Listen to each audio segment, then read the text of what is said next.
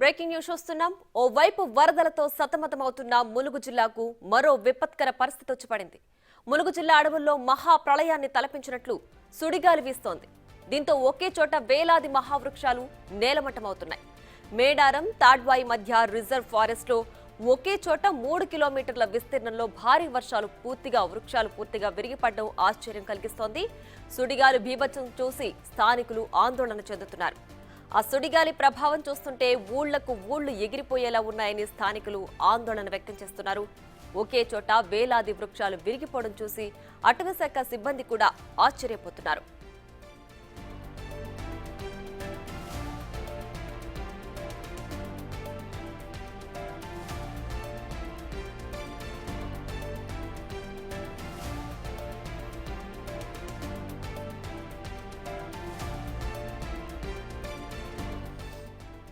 సుడిగాలులతో 1,00,000 చెట్లు నేల కొరిగాయని మంత్రి సీతక్క చెప్పారు. ఈ స్థాయిలో విధ్వంసం జరగడం ఆశ్చర్యంగా ఉందని అన్నారు. ఇవే గ్రామాల్లో సంభవించి ఉంటే పెను విధ్వంసం జరిగేదని ఆందోళన వ్యక్తం చేశారు. సమ్మక్క సారలమ్మ దయ వల్లే సుడిగాలి ఊర్ల మీదకు రాలేదని తెలిపారు. దీనిపై కేంద్ర ప్రభుత్వం పరిశోధనలు జరిపించి కారణాలు గుర్తించాలని కోరారు. ములుగు నియోజకవర్గంలోని తాడ్వాయి నుంచి మేడారం సమ్మక్క సారలమ్మ వెళ్లే దారిలో 1,00,000 చెట్లు దాదాపుగా ఇప్పటి వరకు డ్రోన్ కెమెరా ద్వారా వచ్చిన అంచనా 500 ఎకరాలలో 78,000 చెట్లు ఆ గాలికి మొత్తం 31వ తారీఖు నాడు కురిసినటువంటి భారీ వర్షాలు మరొక రకమైనటువంటి సుడిగాలి రావడంతో 78,000 ఓన్లీ డ్రోన్ కెమెరా ద్వారా, కానీ చెట్టు నుంచి చెట్టు కౌంట్ చేస్తే అది లక్షలలో ఉండొచ్చు అనేది అనిపిస్తూ ఉంది.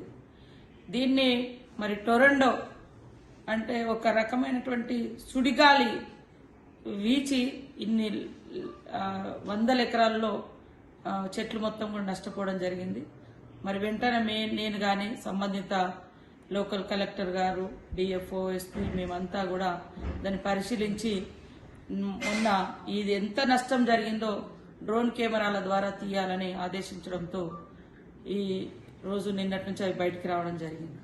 ఈరోజు పీసీసీఎఫ్ గారు కూడా ములుగు ప్రాంతాన్ని ఏదైతే తాడ్వాయి టు మేడారం మధ్య, అటు తాడ్వాయి, ఇటు మేడారము, అటు షాపెల్లి, ఇటు కొండపర్తి, ఈ మధ్యలో ఉన్నటువంటి 500 ఎకరాలలో ఈ డ్యామేజ్ జరిగింది.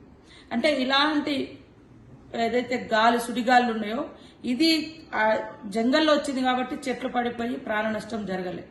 అయినా ఆ రోజు రాత్రి ఆ రోడ్ల మీద ఉన్నట్టు ఇటు ఒక దిక్కు నేషనల్ హైవే ఎటు నాగరం నుంచి హన్మకొండ, తాడువాయి నుంచి మేడారం మధ్య ఉన్నటువంటి చెట్లను కూడా స్థానికంగా ఉన్నటువంటి పోలీస్ అధికారులు, ఎస్ఐలు, సిఐలు, డిఎస్పీ, ఏఎస్పీలు, ఎస్పీ వీరందరూ కూడా ప్రత్యేక చొరవ తీసుకొని డే అండ్ నైట్ కష్టపడి రోడ్ను క్లియర్ చేసి మొత్తం జంగల్లో మొత్తం ఈ సుడిగాలితోటి ఎట్లా నష్టం జరిగిందనేది బయటకు వస్తూ ఉంది.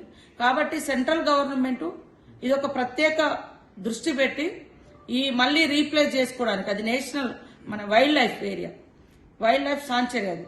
సో దాన్ని రకరకాల మంచి వనమూలికలకు కూడా ఎఫెక్ట్ అయింది.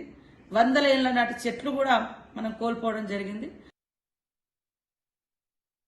వర్షంలో గాలి దుమారం ద్వారా పడ్డ చెట్లను తాడువాయి నుంచి వెళ్ళి మేడారం దారిలో పడ్డాయని చెప్పి కలెక్టర్ ద్వారా ములుగు కలెక్టర్ గారు తెలియపరచడంతో ఇక్కడికి వచ్చి చూసేసరికి కొన్ని చెట్లు కింద పడి ఉన్నాయి. దాంట్లో కొద్దిగా ఉన్న భాగంలో మన దగ్గర ఉన్న చైన్ సాతోటి కొద్దిగా క్లియర్ చేయడం జరిగింది. ఆల్రెడీ మేము వచ్చేసరికి చాలా వరకు క్లియర్ చేసిండు.